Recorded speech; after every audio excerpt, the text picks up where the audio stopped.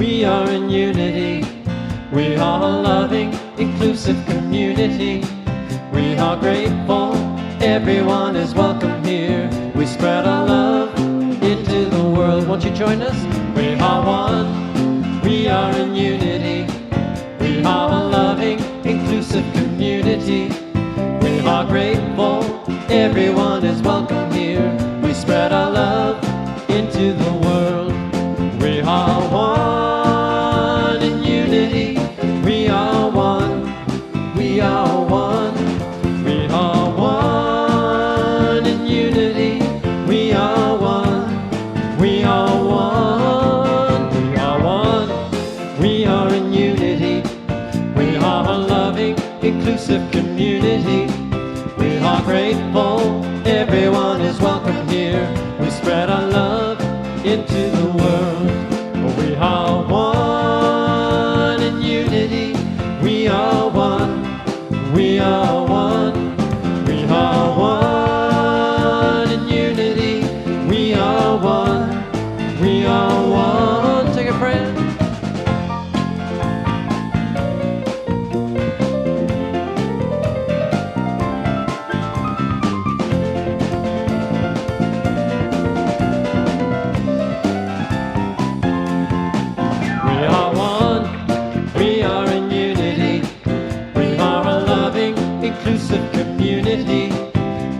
Grateful, everyone is welcome here.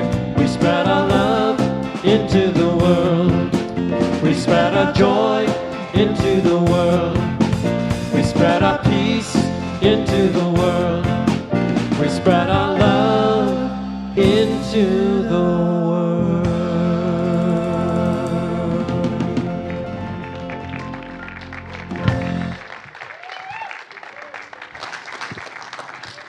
Thank you, gentlemen of the band. That was a welcoming song. Good morning to y'all. Welcome to the Center for Spiritual Living, Santa Rosa. My name is Jennifer Mann, and I'm a prayer practitioner emeritus and a former board member. And I'm very happy to be here today. So if you're joining us for the very first time, welcome to you. And hello there, live streamers. We love having you here wherever you are in the world. It's lovely to have you. And I wonder if you've invited some friends over to watch with you, or push that share button to share our services and our community with your friends. That's an idea. Now, if you're brand new to the center and have questions about what is happening here, we have a website, and it is wonderful. It's at CSLSR.org. My favorite thing to do is print it out at the beginning of each month, because it's month-long activities that then I can remember what's going on. And if you're brand new and wondering what goes on at the center and what is this place, there's a welcome packet that you can pick up out in the social hall that explains who we are and what we do. Now, we have a thriving youth and family program that goes on every Sunday. Our youth coordinator is Jennifer Caldwell. And if you have a child, a grandchild, a niece, a nephew, the neighbor kid, whoever you have, there are some wonderful programs here for children to learn about their spiritual journey here. If you want to contact Jennifer, you can email her at youth@cslsr.org. So our program includes toddlers, elementary, middle school, and teenagers. So that's what I'm talking about when I say kids. Also, we are a teaching ministry, and it's a wonderful thing about this philosophy. So we have a spiritual education department at our center, and I'm delighted to let you know, look at this. I think you might have gotten one on the way in, but for those of you live streaming, there is a listing on the website too about our wonderful education plans for 2024. I read through the list, and there are some exciting activities coming up. Now, would you come with me and speak aloud our vision and mission as a community. The Center for Spiritual Living is a spiritual community that promotes global transformation through personal transformation. Our purpose is to awaken humanity to its spiritual magnificence, motivated by a compelling vision of a healthy, loving world, which we call the global vision. This vision inspires us to bring the gifts of compassion, integrity, and loving kindness to the world through our programs and teaching.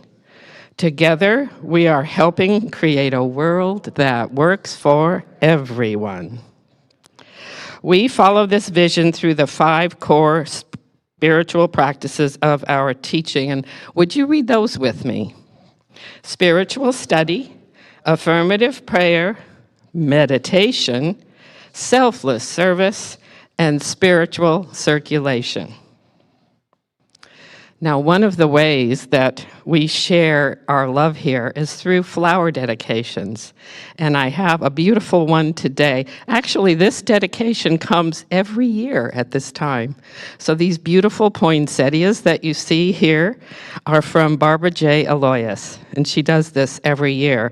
But she has a message that she wanted to deliver for this dedication.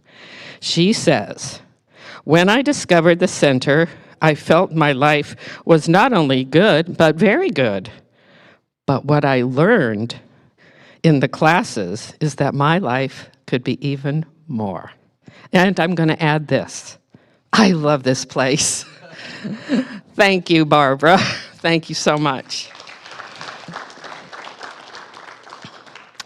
So, come with me, because I know that between the music, the meditation, the prayer, the practices, and the message from Reverend Russ today, there's something that's exactly what you need to experience for the next step of your spiritual enrichment. And know one thing, you are welcome here.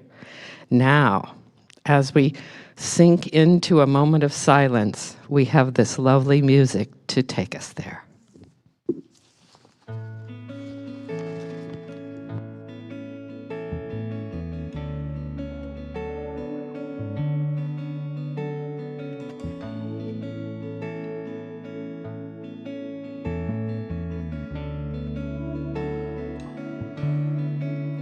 We are holy, holy, holy.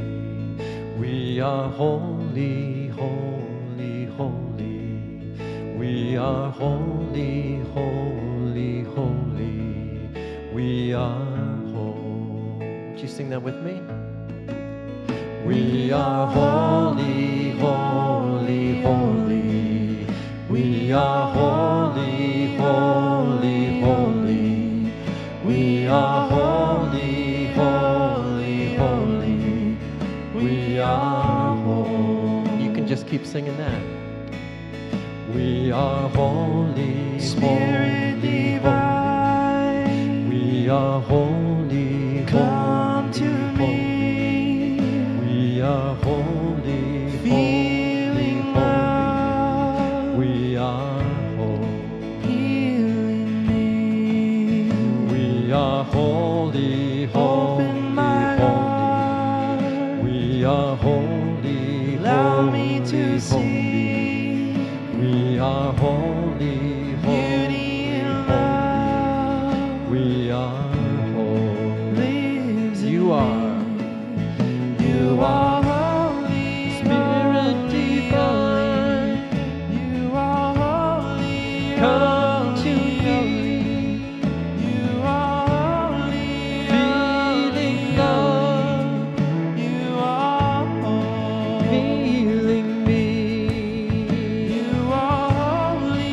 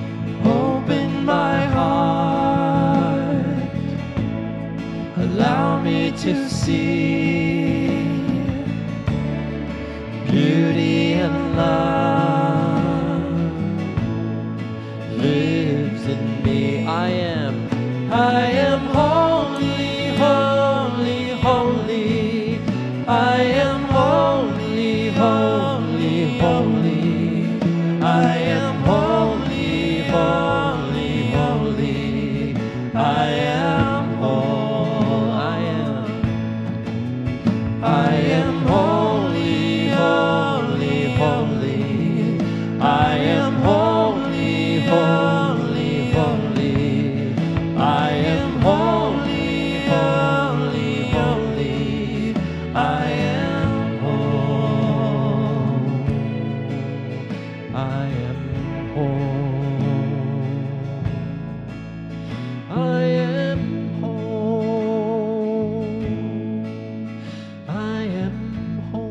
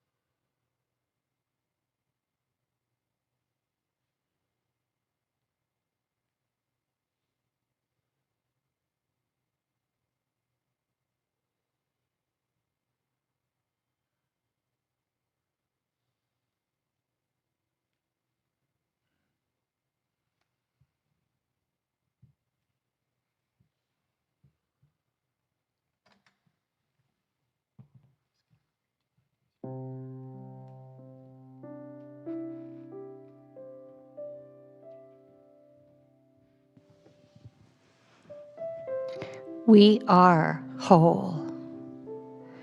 Deep unto deep, I acknowledge the oneness of everything, always, right now in this moment and beyond.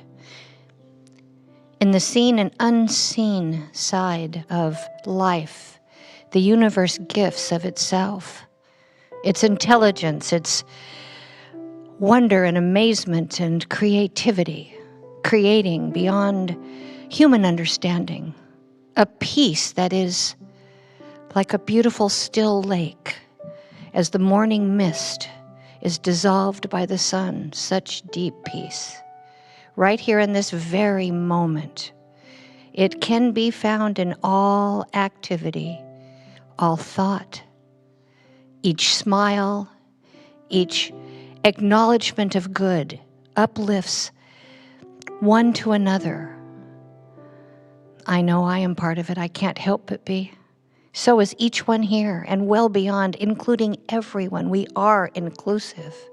And I bless this sweet service with Reverend Russ's message and the decorations that big and little kids will do between services, and the kind hearts that come together to share common sweet thoughts and gifts, giving of themselves. Community is right here.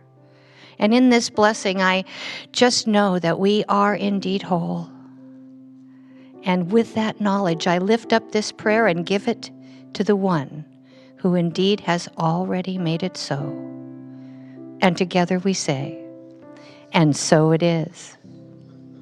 Good morning. I am Tamira Hume, a prayer practitioner here at our center, and please join me in reading the affirmation. I am one with the divine and with my fellow beings. Thank you. So this song has a part for you. It's kind of a call and response. You've done it before. Some of you might remember it. If you sing this after me, ready? I am one. We are one. like the rays of the sun.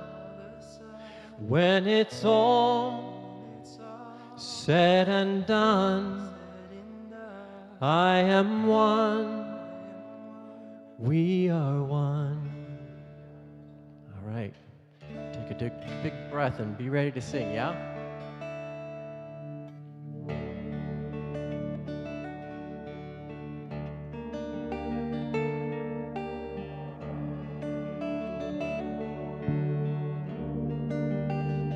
I'm just a spoke in the wheel, one grain of sand, but it feels so right to be right where I am. One little part of a much bigger plan, and the longer I'm here, the more I understand. I am one.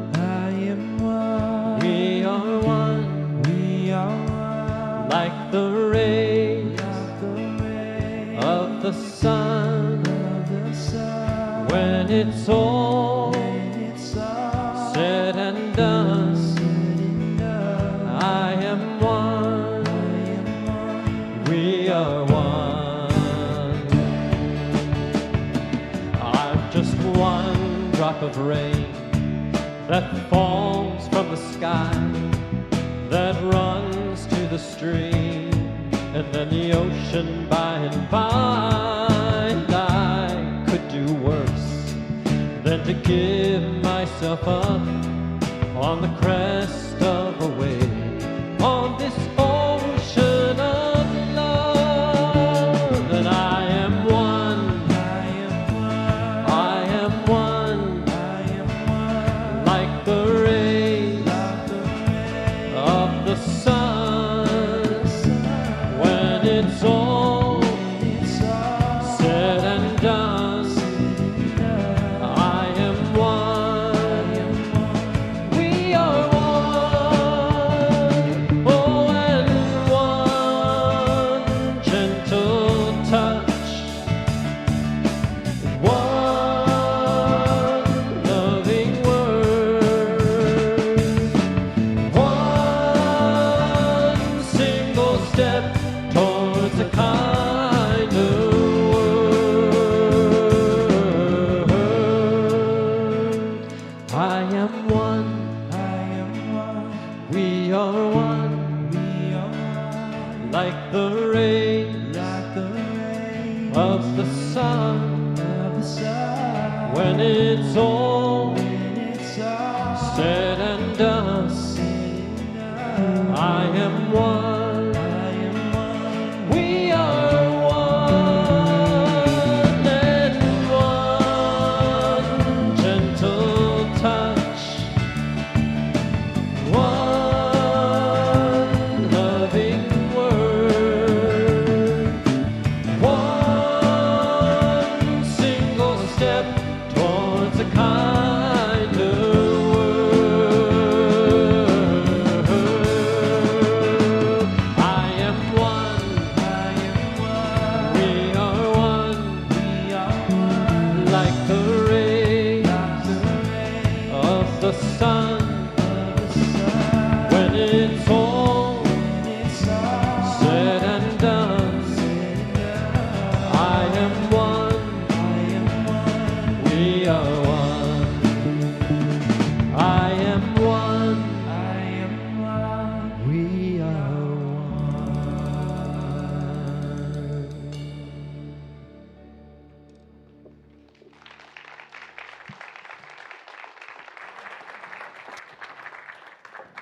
Good morning, everyone.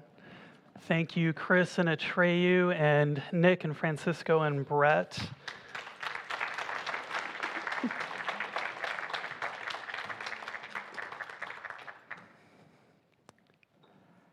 It's not enough for me to only see good in the world.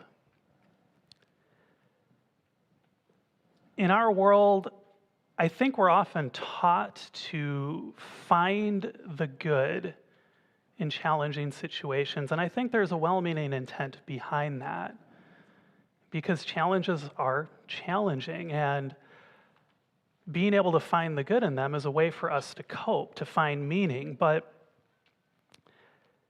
I have a challenge with that. On the surface, it seems like sage advice, and it's advice that I've followed for many years, but the more that I learn about myself, and especially what it is that I value, the more I find that only seeing the good in the world is just not enough, not anymore. And that when I make that my sole focus, it actually gets in the way of me being able to do more good in the world. And the reason for this is because I've found that focusing solely on seeing the good in the world creates meaning about complex, painful situations that often defy meaning. And that doesn't sit well with me. Try as I might, I can't find the good in the war in Ukraine. Try as I might, I can't find good in the conflict in Israel and Palestine. I can't find good in the horrors that I too often see in the world. I can't find the good when I see one group of people make their own survival and prosperity more important than another group's survival and prosperity. I can't find the good amidst continuing homelessness and hunger and poverty, especially when I witness these things in wealthy nations where they simply should not exist. Now, this doesn't mean that I don't try and find a way to focus my attention on the helpers in these situations, and we're going to talk about that a little bit today. But to tell myself that I should see the good in the situation itself, as though that situation has some esoteric lesson to teach me, I think belies the fact that through my limited human vision, even through the lens of what I've learned about spirituality, I simply cannot see any value in the dehumanization of any group of people. I just can't. There's a fundamental wrongness there that I feel in my bones. I cannot believe in a divine creator that would use pain and suffering as a teaching tool. I can't. In fact, I believe that if there is any lesson in these kind of situations, there's only one, and that is that these atrocities should never happen, period. The phrase never again keeps on playing through my mind. The founder of our teaching, The Science of Mind, wrote in his textbook that he believes the world has learned all that it can from suffering.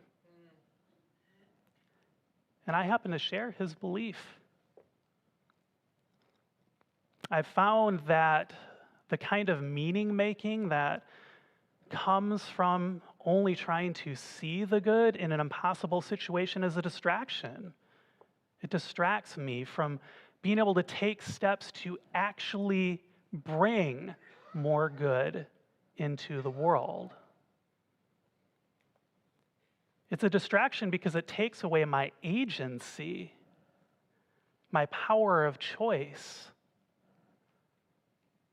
And it does that because when I believe that all the horror that I see in the world is part of some divine plan that's beyond my comprehension, well, that feels like avoidance to me.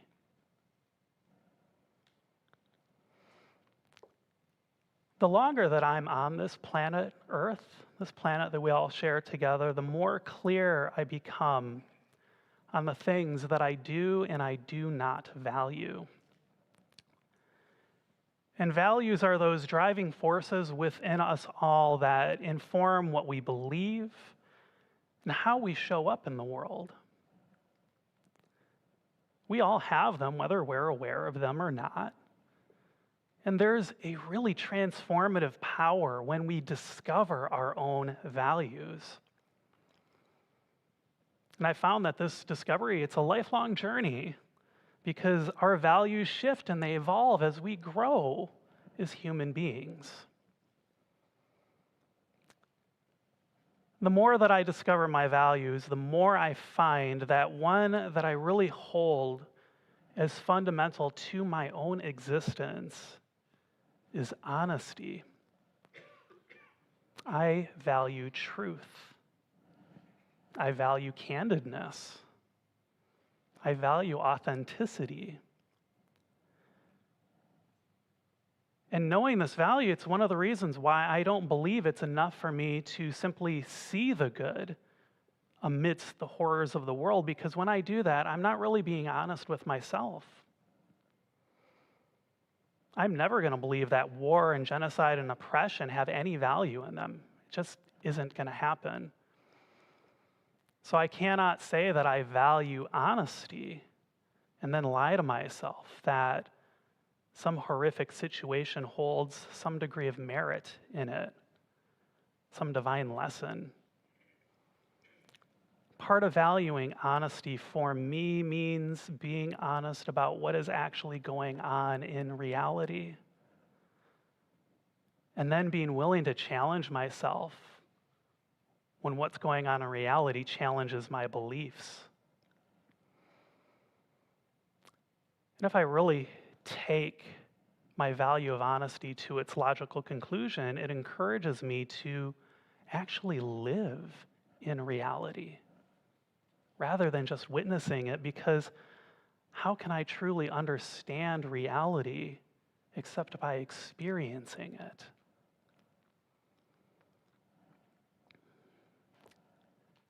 I've also found that I value life.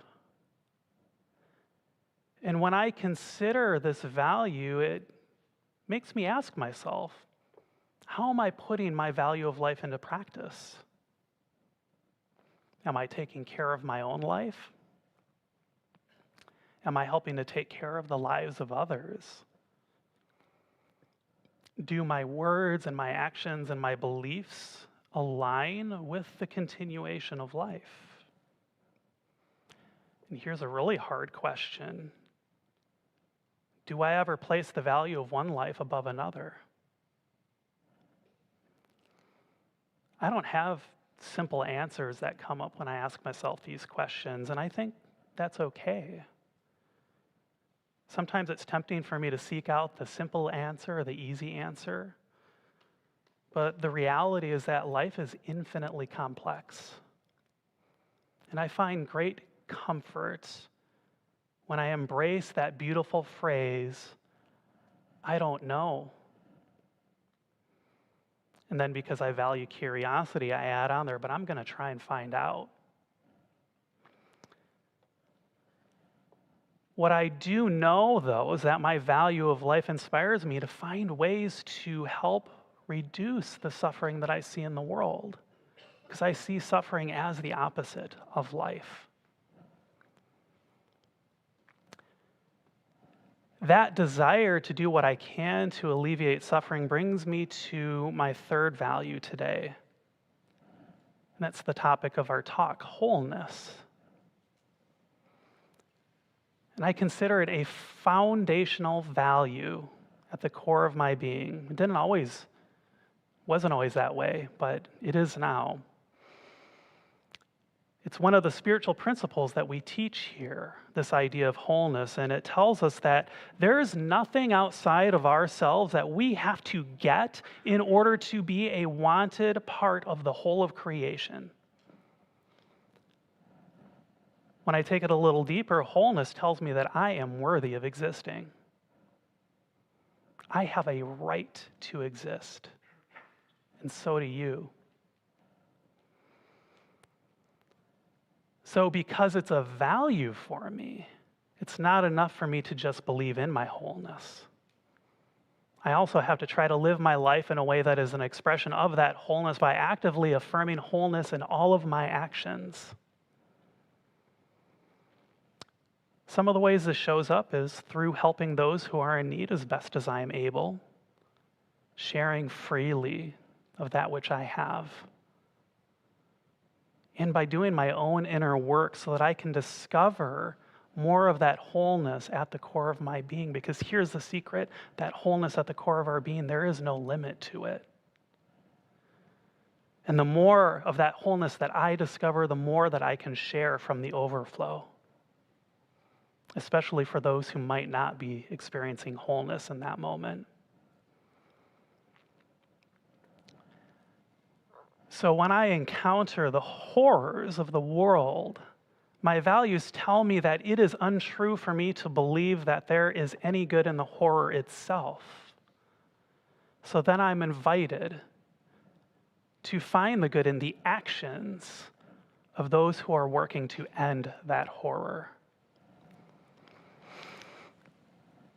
I recently watched a TikTok video, which is a bit of a new experience for me as it is, because I typically don't go on social media or TikTok. And I found a video from a creator who tries to share more intimate stories about what's happening on the ground in Gaza. And one of the videos that they showed was aid workers who were working to free a family that had been trapped under rubble from a building that had collapsed upon them. And in this video, they're talking to a 13-year-old girl named Alma, and she's communicating with them, telling them where she is. And the aid workers, they're letting her know that they're there, asking her how old she is, how old her brother is, and asking her about her family and if her family's okay. And you can hear the compassion in their tone of voice. You can hear the reassurance that they offer her. And they promise her that they will get her and her family out. And when they say it, you can tell that they mean it. Now, while watching this exchange, there was one thing that really filled me with hope, that reminded me of the inherent good and wholeness in humanity. And there's this moment where Alma hears the aid workers are there, and she says something so noble. Help my parents, my siblings and my grandparents first, and then help me. Help me last. I don't want to be the first.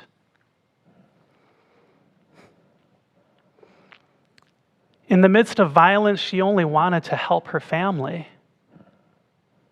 In the midst of what must have been great horror, of what was almost certainly an emotionally and physically exhausting situation, she wanted to help. She wasn't even thinking of herself. In fact, she was kind of clever. She even said, or only help me first if I can help you to help them. This is such a brilliant example for me of what it means to move beyond simply seeing wholeness where there is not any. It's taking a stand and saying that because I believe in wholeness, I am going to do everything I can in the world to actually help it to be whole. It's the moving from passivity to activity. It's saying because I believe in the power of love, the power of kindness, I'm going to do everything I can to share love and kindness in the world, to be an example of love and kindness in action. For this 13-year-old girl, it wasn't enough for her to simply talk about helping her family, to wait for the aid workers to help them. She had to offer her help too, even though at that moment she was almost certainly the one who needed the help.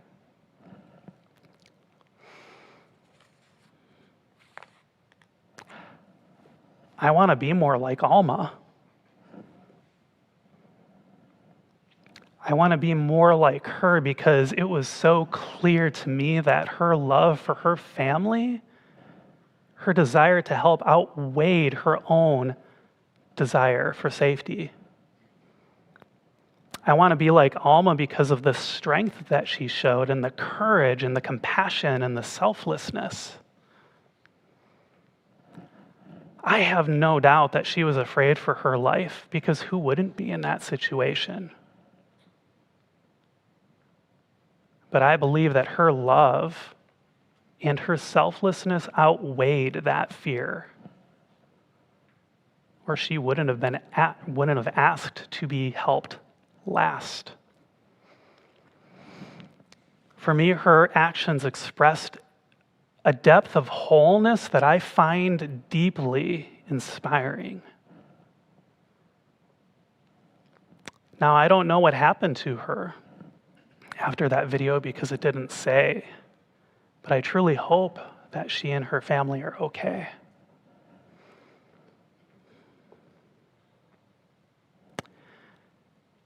There's a phrase that you might have heard that's always held deep meaning for me. Look for the helpers. It's a phrase that invites me to focus my attention on those who help in the midst of pain and suffering. Helpers are those amazing souls who run toward the pain and suffering so that they can help. They don't run away from it. And that gives me so much hope. Helpers reflect back to me the example of what it means to put into practice the values that I personally hold, and to put into practice the spiritual principles that we teach here at the center. Love and oneness, wholeness, peace. I believe that there is a powerful message at the heart of every helper's actions, and it's this: I am part of you, and you are part of me. Your suffering is my suffering, and I am not whole until you are whole. I am going to do everything that I can to help us to be whole together.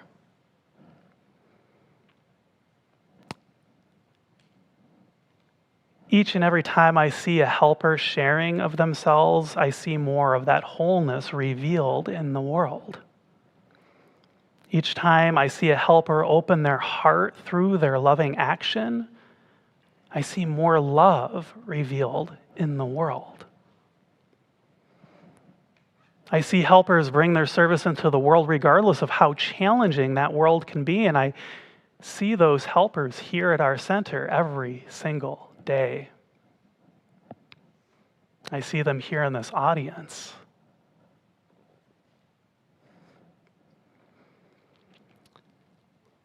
For me, each helper that I witness appears to be someone who has an incredible sense of their own values. They seem to have this inner compassion and curiosity and courage, and that enriches the whole world around them. They truly seem to know who they are. And they truly seem to know what it is that's theirs to do in the world. And I notice that they also have this incredible view, this optimistic view of reality itself. And I think that's because they're actually not afraid to see the pain and the suffering in the world. Because I think if they were afraid, would they be the ones who are running towards it to help?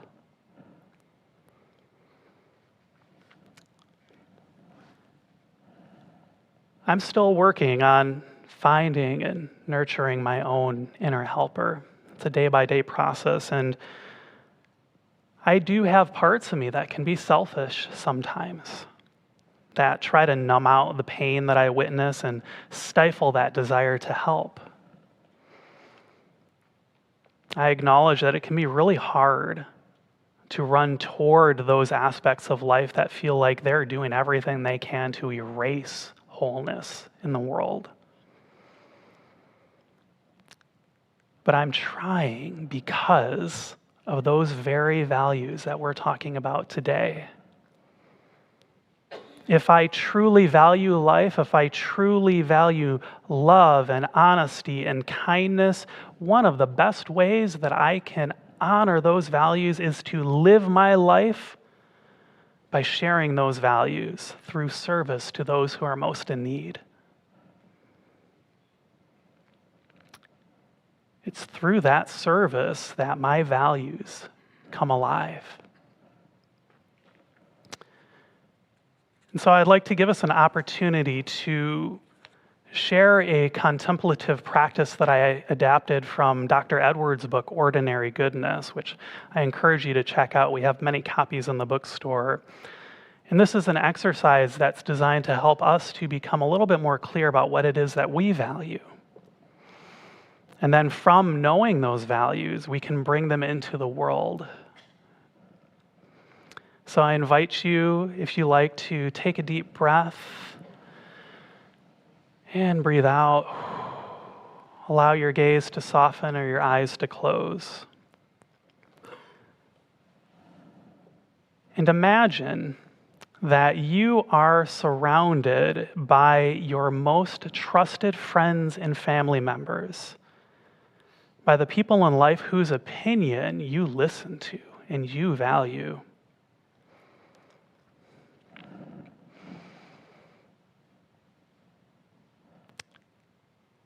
And now I invite you to imagine that these people are talking about you as though you're not there. And they're talking about who you are in the world. They're talking about what you do in the world. They're sharing the things that you do that inspire them.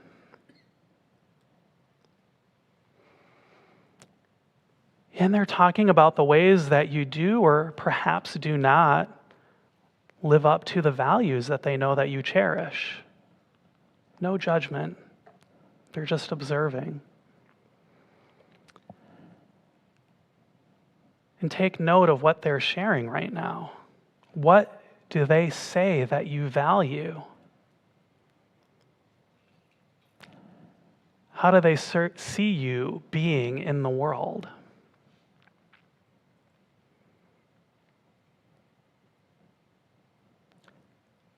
What do they observe as being most important to you?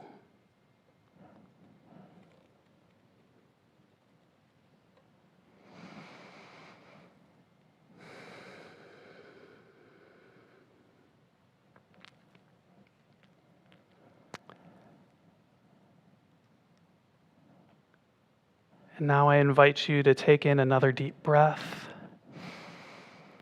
Let out a sigh. When you feel ready, come back to the room, open your eyes. This is a good way to check in and see, what are my values? If my friends were to tell me what my values are, what would they be? In fact, you might ask your friends today or your family members, what do you see me valuing most in the world? And then just listen and see what you hear. Now, I hope that you were able to get in touch with some of your own values, even if it's just one today. And now that you have a little bit more insight, my invitation for you is not just to contemplate those values, but figure out how can you actually live them. You see, it's not enough for me to simply pray for peace. Each day I'm invited to live peace in the world. It's not enough for me to just pray for love. I am invited to live my love in the world. It's not enough for me to simply pray for wholeness. I have to do all that I can to bring that wholeness into the world. I know I can't do these things alone. So that's why I invite you to take that first step with me, even though it might be a little scary. And with me, let go of any fear that doing so might mean that I'm going to make a mistake, because you know what? I make mistakes all the time. You're probably going to make mistakes too. That's okay, because it turns out that we're all learning together how we can bring more wholeness into the world. I've found that there isn't any perfect way of finding and bringing about the healing that our world is asking for, but what I do know is that we're never going to find that healing until we try. And it's that trying together with you that fills me with that needed hope. And if you'd like to tap into more of that community hope that we offer here at the center, I invite you to join Dr. Edward at our Wednesday evening winter solstice service. That's on the 20th, and you'll hear more about that from Jennifer, as well as our Christmas Eve candle lighting service on Christmas Eve. But now I think it's time for us to go into prayer. Yeah? Okay.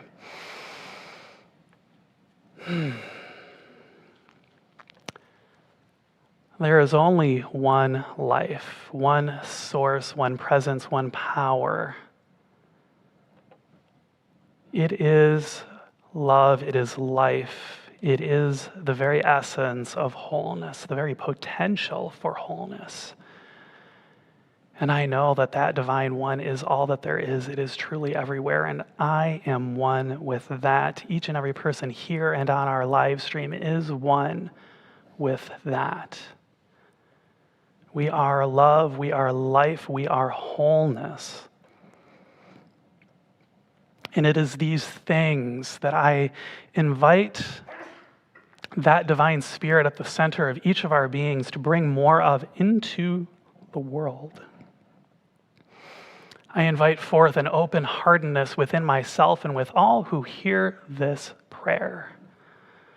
An open-heartedness that shares of the depth of value at the core of each and every one of our being.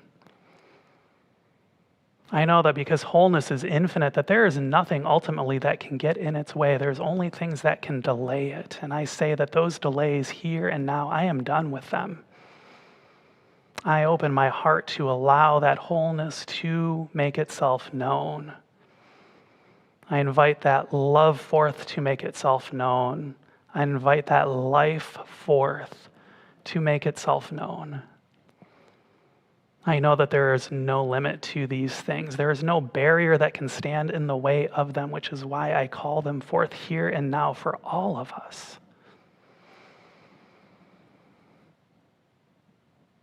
I invite us all forth to be the expression of wholeness and love and life in every single moment of our day.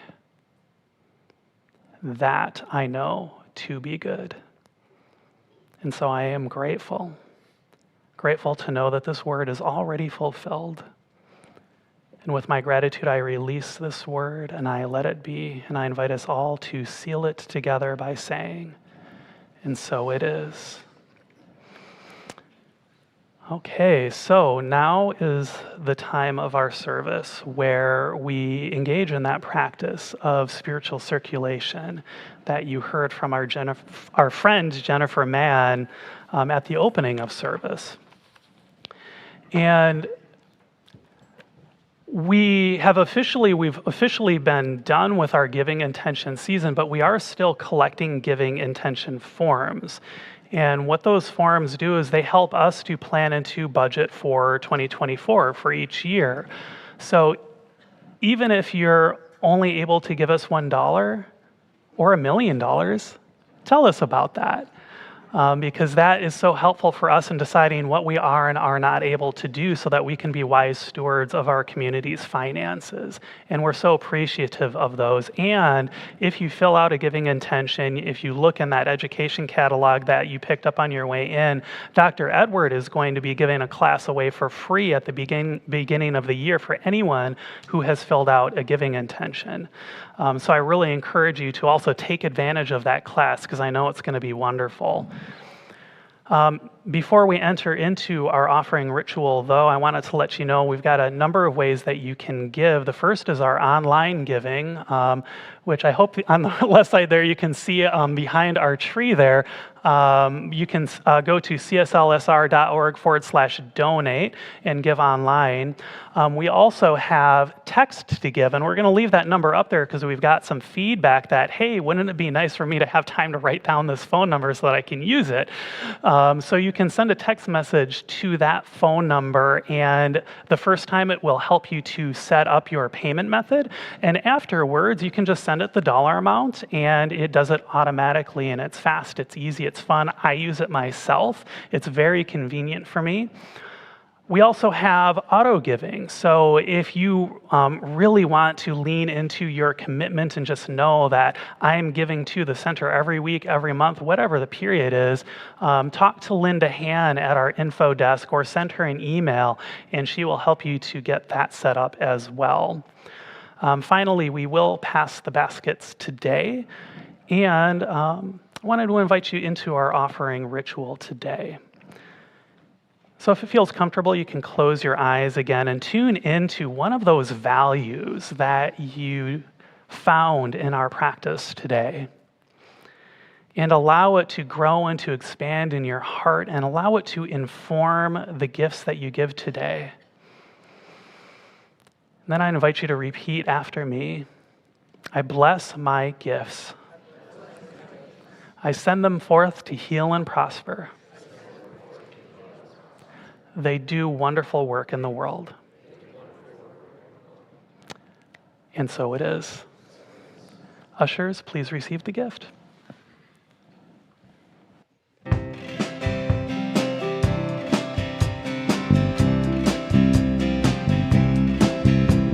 Oh, I am open to my good right now. I am open to good. Oh, I am open to my good right now. I am open to good. Oh, I am open to good. Won't you join us? I am open. Yes, I am open to my good right now. I am open to good. Oh, I am open to my good right now. I am open to good. Oh, I am open to good.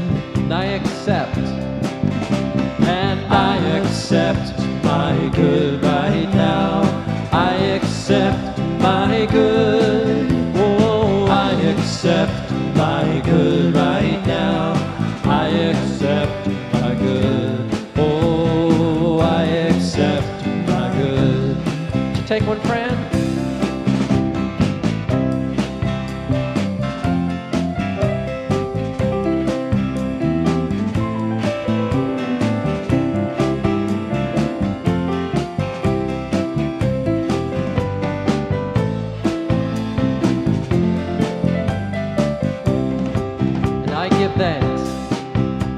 And I give thanks for my good right now. I give thanks for my good. Oh, I give thanks for my good right now. I give thanks for my good. Oh, I give thanks for my good. Yeah, I give thanks for my good. Oh, I give thanks for my good.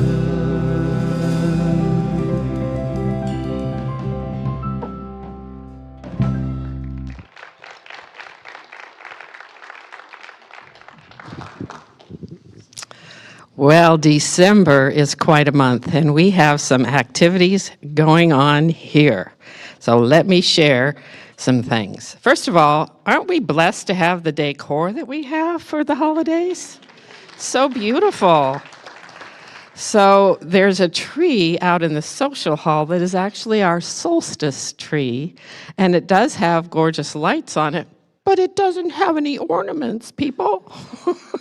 So there's an activity today that's taking place right after service from, well, now, 10 to 11, right. And it's the holiday ornament making party. So there's little stations set up out there, and you're all welcome to go out and create some ornaments that will go on our solstice tree. And by the way, I heard some people are bringing their favorite holiday cookies out there too.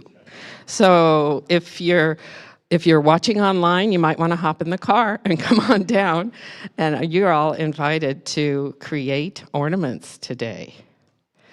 So you are also, there's lots of invitations coming, so you might want to get your calendars out. You are lovingly invited to our social hall on Wednesday, December 20th, as Reverend Russ mentioned, where we will host our Wednesday evening winter solstice service. Come and celebrate the longest night of the year with warmth and anticipation. Our solstice tree, which will be adorned by handmade ornaments from this party today, will stand as a beacon of the returning light, symbolizing our collective hope for brighter days ahead. We will have freshly baked bread and music from Christopher Fritchie and a special message from Dr. Edward. Next, you are invited to join us at our annual Christmas Eve candlelighting service. You have 3 options to join that: in person at either 6 or 8 p.m. or online at 6 p.m. This service is a long-standing tradition, not just at our center, but all of Santa Rosa. Bring your friends, bring your family to light a candle and hear fabulous music from Christopher Fritchie and his friends, the Center Choir, and a Christmas message from Dr. Edward. It's quite a night. The day after, Christmas Day, you can grab your hot cocoa and join Reverend Tara Steele on Zoom at 10 a.m. in your very best Christmas pajamas for our sweet Christmas Day gathering. And to cap off December, excuse me, our annual World Peace Meditation is happening right here, live in the center at, guess what time? 4 a.m.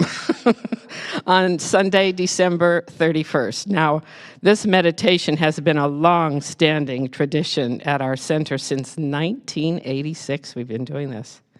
You will be meditating with others across the entire world, and believe me, you can feel it when you do it. Why is it at 4 a.m.? You might want to know that. Well, 4 a.m. is the time zone here when it's December 31st across all the time zones in the world. That's why it's such a gathering event. So get up early that Sunday to share your peaceful intent with the world through meditation. Now, guess what's next? January. January is approaching, and you can help us kick off 2024 by donating colorful magazines and craft supplies to our Vision Your Life workshop that is happening on Sunday, January 7th at 1 p.m. In this workshop, we will vision together for our individual and collective 2024. We will also make vision boards for 2024, which is where your crafty donations come in. If you have magazines and supplies you can donate, please drop them off at the information desk. We're looking forward to a fun and visionary workshop with you. Oh, and you can sign up for that workshop on the website by clicking the vision photo, which is shaped like a light bulb. Once a month on a Saturday morning, the folks of Project Sleepwarm are busy sewing quilts and sleeping bags, which are donated to the unsheltered folks in our area. Although most of their supplies are graciously donated by you and our community, thank you so much for that, they must purchase the batting that provides the warmth in the quilts. So you can help them cover that expense by joining their raffle for a beautiful, cozy, wintry lap quilt that you see up there. It's actually hanging out at the entry of the social hall so you can see it up close. The raffle tickets are on sale in the bookstore, and the drawing will take place on Sunday, December 31st after the second service. And finally, because our regular Sunday service lands on Christmas Eve day, listen carefully, we are only hosting a single in-person service at 11 a.m. There will not be a 9 a.m. service. So please be sure to mark your calendars accordingly so you don't arrive at 9 a.m. to a closed door. So, one Sunday service at 11, 2 on Christmas Eve candle lighting service at 6 and 8 p.m.